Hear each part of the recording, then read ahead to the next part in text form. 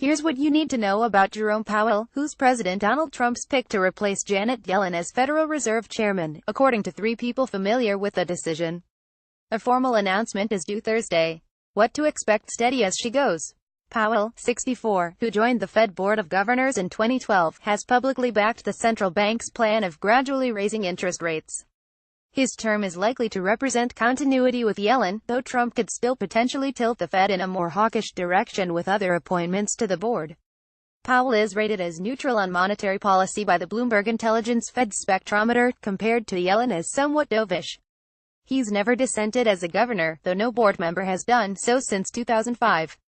A survey of 30 economists in March found he was slightly more dovish than average Fed central bankers. In an August 25 interview with CNBC television, Powell presaged subsequent comments by Yellen that the softness in inflation this year was a mystery and said the low price readings allowed the Fed to be patient in raising interest rates. If the economy performs about as expected, I would view it as appropriate to continue to gradually raise rates, Powell said in a speech in June. Inflation has been below target for 5 years and has moved up only slowly toward 2%, which argues for continued patience, especially if that progress slows or stalls. Balance sheet remaining on autopilot.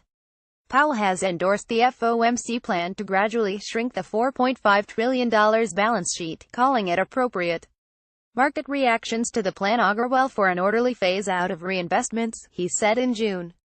Powell had privately voiced skepticism of the third round of quantitative easing launched in 2012, but ended up voting for the initiative championed by then Chairman Ben Bernanke. Regulatory views. Powell has been largely supportive of Dodd-Frank reforms following the 20,072,009 recession, while open to reform that lessens the burden on financial firms. In October, he said there's a lot of room to address the burden the VOCA rule imposes on firms that aren't in proprietary trading. While he wants to preserve gains from post-crisis reforms, we can do it more efficiently. That's the process we are actively engaged in right now. Why Trump picked him. Powell's support for gradual interest rate hikes, which have helped support stock market gains repeatedly cited by Trump this year, as well as his bent toward easier regulation, may have provided a good fit with the president's views. In addition, Treasury Secretary Steven Mnuchin favored Powell, Politico has reported. Powell has Republican credentials, knows the board and FOMC well, and has impressed with his grasp of monetary economics. Deutsche Bank chief economist Peter Hooper wrote in a report, Powell has established a reputation as a centrist on the monetary policy spectrum, said Michelle Meyer, head of U.S. economics at Bank of America Corp.'s investment banking division. Powell is a pragmatist when it comes to regulation, confirmation outlook fairly smooth sailing. Powell, a Republican appointed to the Fed by Democratic President Barack Obama, has earned a reputation there as a non-ideological and pragmatic policymaker.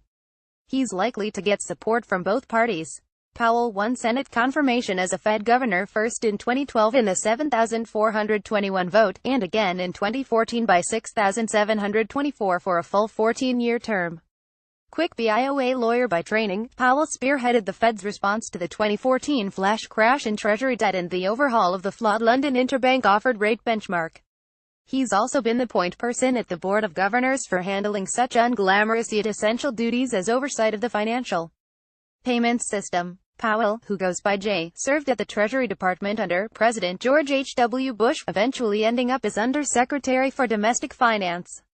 A multimillionaire, his 2016 financial disclosure form listed assets of as much as $55 million. He spent much of his time outside the government working in the financial industry, first at investment bank Dillon Read Co., and later at Carlyle Group, where he set up the private equity firm's Industrial Group.